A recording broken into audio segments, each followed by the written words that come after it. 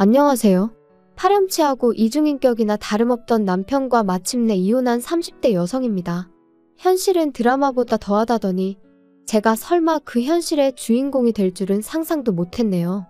어디서부터 이야기를 꺼내야 하나 싶은데 사실 얼마 전까지도 친정어머니를 제외하곤 그 누구에게도 제가 겪은 일을 속 시원히 털어놓지 못했는데 그건 결국 네가 멍청해서 당한 거라는 사람들의 조롱이 두렵기도 했고 제 스스로 그 사실을 인정하기까지가 쉬운 일은 아니었거든요. 하지만 사람이 계속 무섭다고 뒤로 숨기만 하면 발전이 없다잖아요. 그래서 일단은 이렇게 제 이야기를 하는 식으로 용기를 좀 내어보려고 해요. 남편하고는 대학교 때 처음 알게 되었고 이후로 그럭저럭 적당한 친구 사이로 지냈습니다. 하지만 졸업 이후로는 한동안 서로 소식조차 주고받지 않았어요. 어쩌다 오지랖 넓은 친구가 어떻게 지낸다더라 하는 안부 정도는 전해왔지만 딱히 궁금한 적은 없었고요.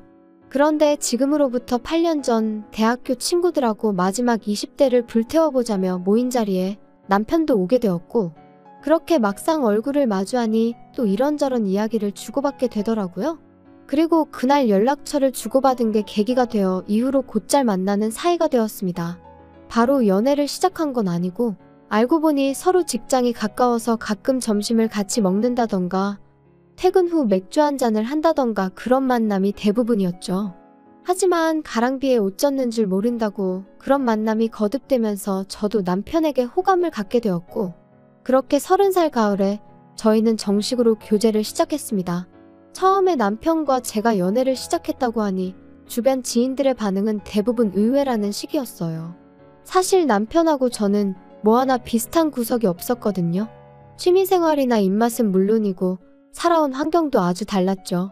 일단 남편에 대해서 먼저 이야기를 해보자면 저랑 교제를 시작했을 당시 남편은 혼자였어요. 성인이긴 했으니 고아라는 말은 어울리지 않지만 대학교를 졸업하고 얼마 지나지 않았을 때 아버님이 사고로 돌아가셨고 이후로 줄곧 혼자 지냈다고요. 참고로 어머님은 남편이 초등학교에 들어가던 시기에 집을 나가셨고 이후로는 전혀 소식을 들은 바가 없다 했습니다. 아무튼 게다가 아버님이 돌아가시면서 남기신 건 여기저기서 터져나온 빚들이 전부였다 하니 듣는 내내 정말 짠하더라니까요. 반면에 저는 사업을 하시는 부모님 밑에서 비교적 유복하게 자랐습니다. 친정어머니가 저를 몹시 힘들게 낳으셨다 보니 둘째는 생각지도 않으셨고 친정부모님 사이가 또 유난히 좋으셨던 덕분에 저는 정말 화목한 분위기에서 자랄 수 있었죠. 게다가 금전적으로도 크게 고생한 기억이 없으니 저는 금수저까지는 아니더라도 제가 은수저쯤은 된다 생각하며 늘 부모님에게 감사한 마음이에요. 사랑에 눈이 멀었던 건지 저는 힘든 환경에서도 잘 버텨준 남편이 고마웠고 앞으로는 남편도 저처럼 인생에 있어서 즐거움을 느끼며 웃는 날만 있기를 바랬습니다. 그래서 가진 건 없지만 자기와 결혼해주겠냐는 남편의 수줍은 프로포즈에 내가 당신을 행복하게 해주겠다며 예스를 했어요. 물론 저도 사람인지라 친정부모님의 반대에 부딪히진 않을지 걱정을 안 한 건 아니에요. 어려서부터 제가 바라는 일이라면 어떻게든 가능케 해주셨던 헌신적인 부모님이셨지만 동시에 그만큼 기대도 크셨으니 제가 좀 더 능력있고 여유있는 남자를 만났으면 하셨거든요. 그래서 남편과 연애 중이란 말씀을 드렸을 때도 연애는 얼마든지 해도 괜찮지만 결혼은 다른 이야기라고 딱 못을 박으시기도 했고요.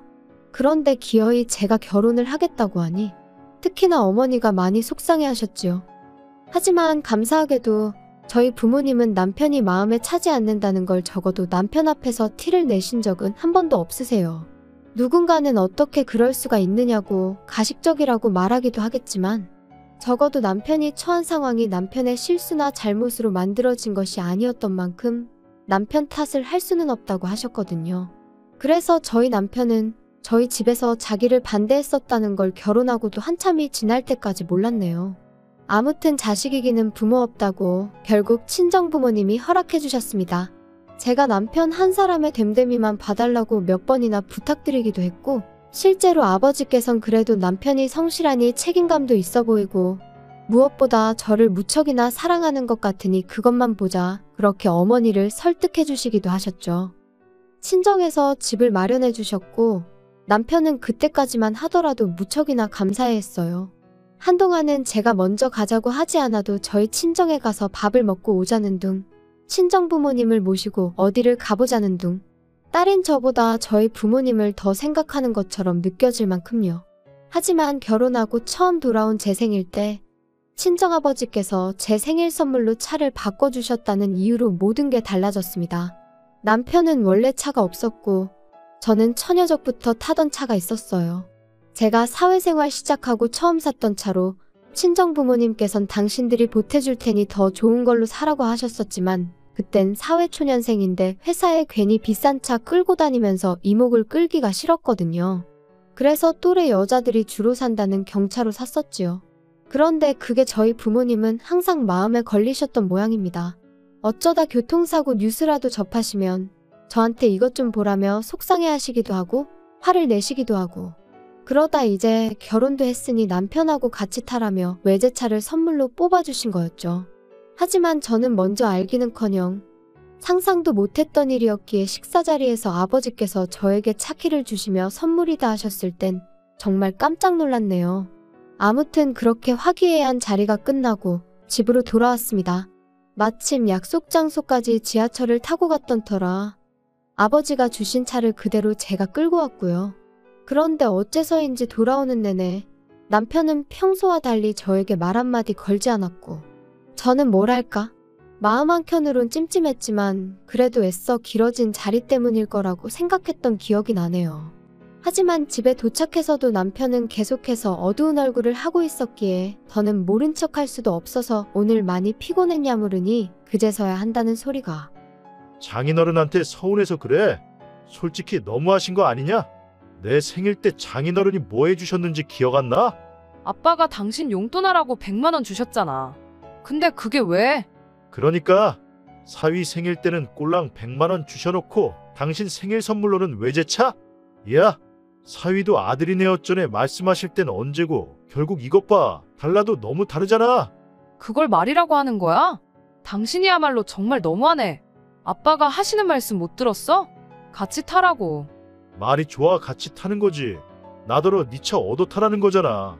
정말 같이 타라고 사주신 거였음 사위 생일 때 주셨으면 얼마나 좋냐? 거봐 할 말 없지? 아무튼 됐다 됐어. 치사하고 더러워서 안 탄다 안 타. 그리고 이 일로 저는 남편에게 너무나 크게 실망을 했어요. 그동안 저희 부모님이 남편에게 표현하신 마음, 들이신 정성은 안중에도 없이 그 차 한 대로 모든 걸 판단하고 결정하는 그 치졸한 모습에 정말 이렇게 순식간에 사람이 싫어질 수 있나 싶을 정도로 말이죠. 그래서 이후로는 중간에서 적당한 이유와 핑계를 대가며 친정과의 교류를 줄여갔습니다. 정확히 말하자면 남편이 저희 친정부모님과 만나리를 줄여나갔죠. 그런데 솔직히 말하자면 저는 달라진 상황에 남편이 좀 당황해하진 않을지, 혹시 자기가 했던 말과 행동을 후회하진 않을지, 그래서 저에게 미안하다고 한다면 한 번쯤은 봐줘야지 하는 마음도 있었거든요. 하지만 웬걸요. 남편도 보란듯이 저희 부모님한테 연락도 안 하고 한 번을 만나러 가자 소리도 전혀 안 하는 거예요. 제가 막말로 대리해도 뭐 그런 걸 바란 것도 아니었지만 원래 잘하던 사람이 그 한 번의 다툼 이후로 완전히 전에 없이 행동하니까 이게 내가 믿고 결혼한 남편이란 사람의 민낯인가 싶은 게 슬프고 속상하고 동시에 화도 나대요. 그러다 정말로 일이 터진 건 이후로 1년쯤 지났던 재작년 여름이었습니다. 언젠가부터 친정아버지가 자꾸 소화가 안 된다셔서 병원에 모시고 가니 그 결과는 충격적이었어요. 위암이셨거든요. 그리고 정말 화가 났던 건 바로 1년 전에도 내시경을 하셨었는데 그때 병원 측 실수로 아버지한테 잘못된 결과를 통보했었다는 거죠.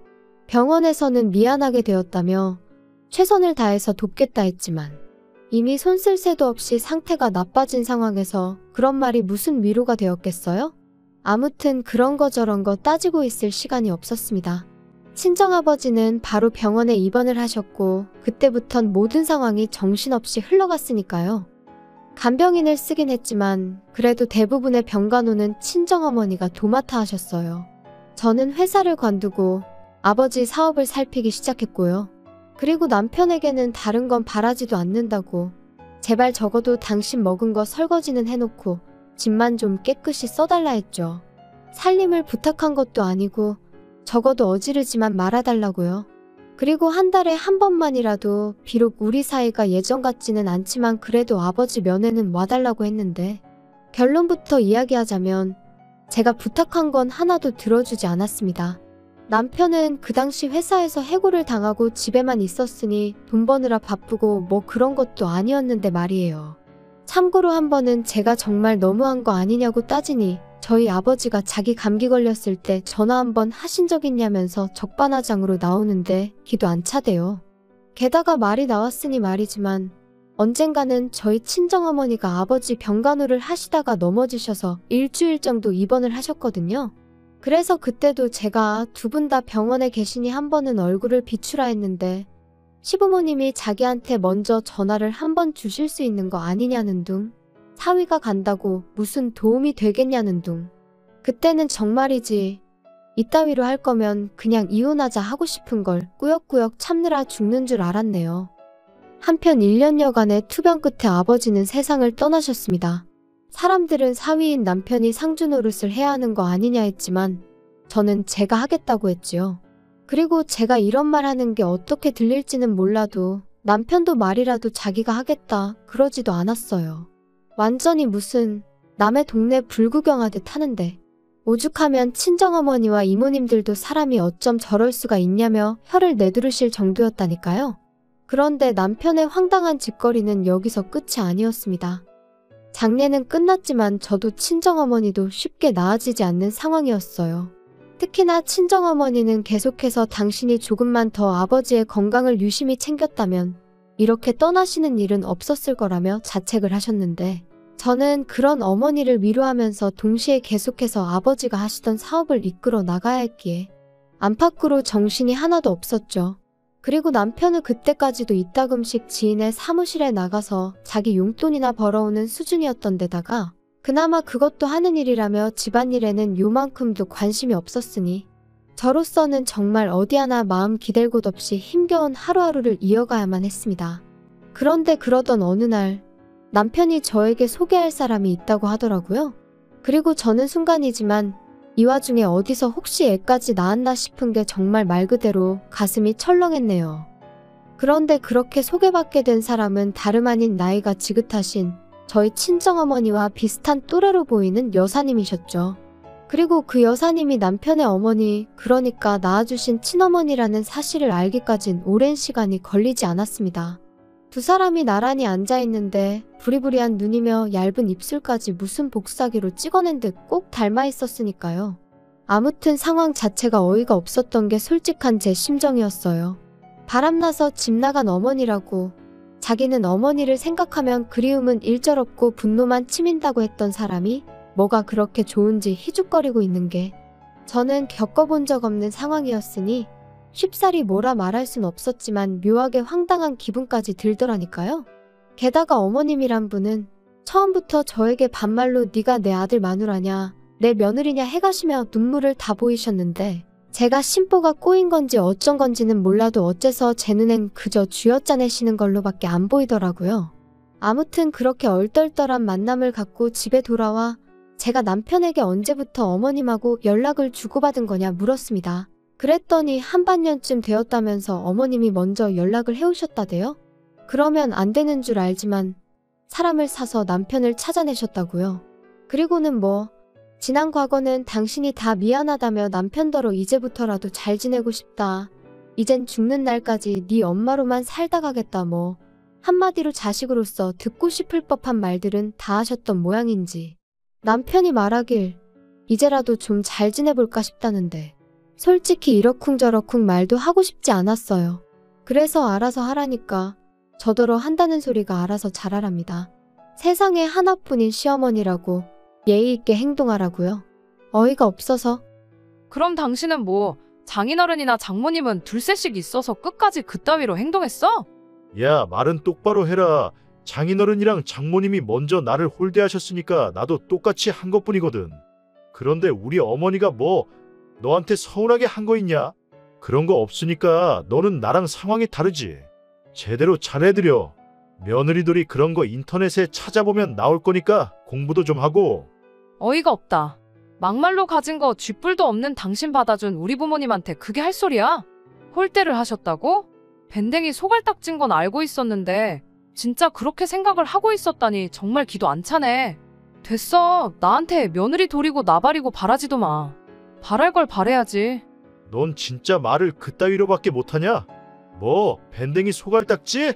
내가 누구 때문에 이렇게 됐는데? 솔직히 하루에도 12번. 정말이지 이혼 생각을 안 한 날이 없었습니다. 하지만 친정아버지가 돌아가신 지도 얼마 안 되었는데 딸인 제가 이혼까지 한다면 이러나 저러나 사람들 입방아에 오르내릴 게 뻔했고, 친정어머니도 저희 부부가 갈등을 겪고 있다는 사실은 알고 계셨지만 이혼은 안 했으면 하시는 눈치셨거든요. 그래서 정말 꾹꾹 참을 인자를 그려가며 어떻게든 버텨보려고 했어요. 게다가 남편도 드디어 정신을 차렸던 건지 살살 제 눈치를 살피며 예전과는 다른 모습을 보이기도 했고요. 그래서 아직 우리 사이에 희망이 남아있나 싶었는데 그건 순전히 제 착각이었습니다.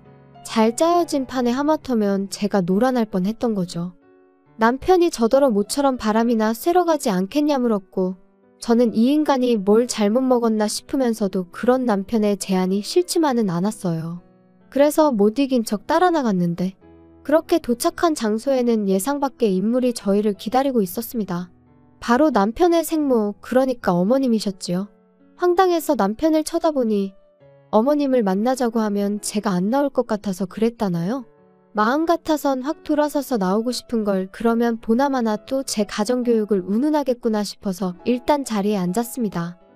아이고, 나와줘서 고맙다. 오늘 내가 너랑 얘기 좀 하려고 아들한테 자리 좀 만들어 달라고 그랬어. 그럼 차라리 전화를 하시지 그러셨어요. 그나저나 하실 말씀이. 내가 우리 현철이랑 떨어져 지낸 세월이 20년도 넘어. 그런데 이게 너는 애를 아직 안 낳아봐서 모르겠지만 이 모정이란 게 잊으려고 한다고 잊혀지는 게 아니야. 하루가 멀다 하고 우리 아들이 눈앞에서 아른아른, 아이고 그때를 생각하면 정말이지 내가 어떻게 살았나 몰라. 정말 죽지 못해 살았다는 그 말이 딱이라니까. 그래서 내가 결심을 했다.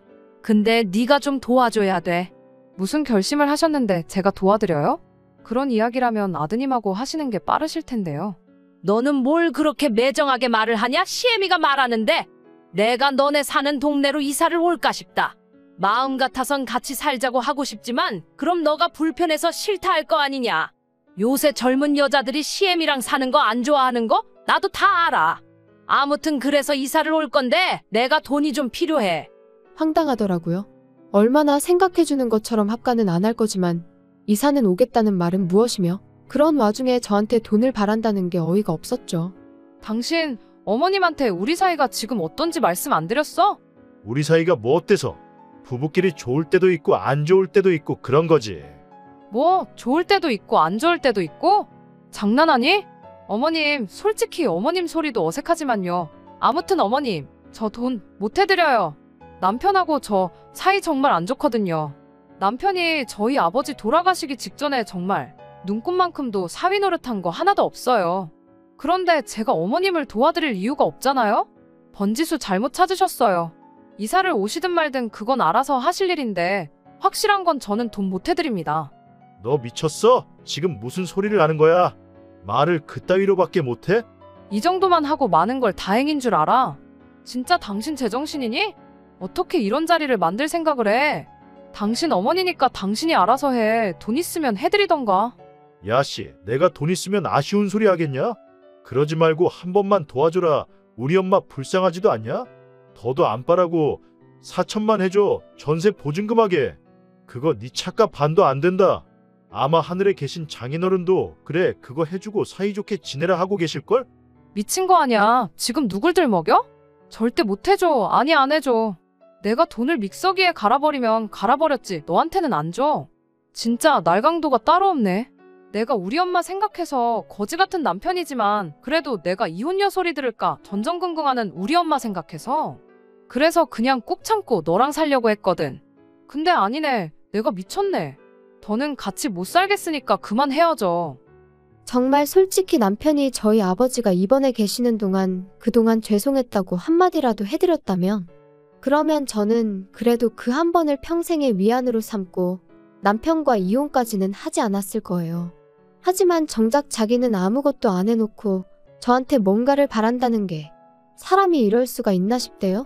게다가 어머님이란 분도 막말로 남편을 키우다 빚을 지신 것도 아니고 듣자 하니 죄다 외도와 사기를 당한 탓에 그 꼴이 되셨던 건데 그저 남편의 어머니란 사실 하나로 제가 다 해드려야 한다는 게 아무리 생각해봐도 도무지 납득이 되질 않더라고요.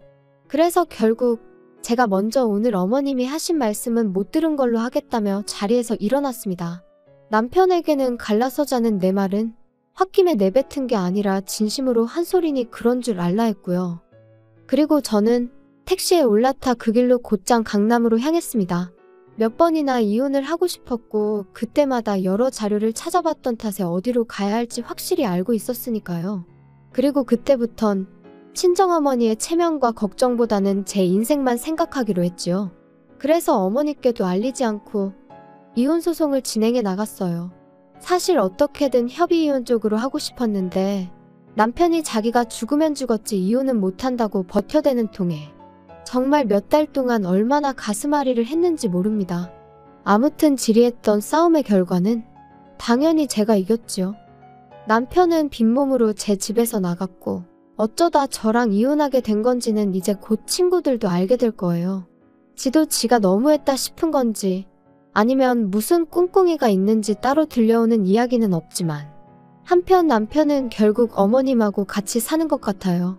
근데 꿈에도 그리워하던 아들이 개털인 걸 아시면 그래도 어머님이 좋다고 남편하고 살고 싶어 하실까 궁금하긴 하네요. 아무튼 여러분 주변 분들 중 혹시 하나를 해주면 고마운 줄 모르고 두 개를 바라는 그런 분들은 없겠죠? 혹시나 있으시다면 저는 과감히 그런 사람들은 멀리 하시라고 조언하겠습니다. 세상에 그 어떤 것도 당연한 건 없는데 그 상식조차 모르는 사람을 곁에 두어서 여러분께 득이 될 일은 없을 테니까요. 그나저나 오늘은 다시 포근한 날씨네요. 즐거운 주말 되시길 바라겠습니다.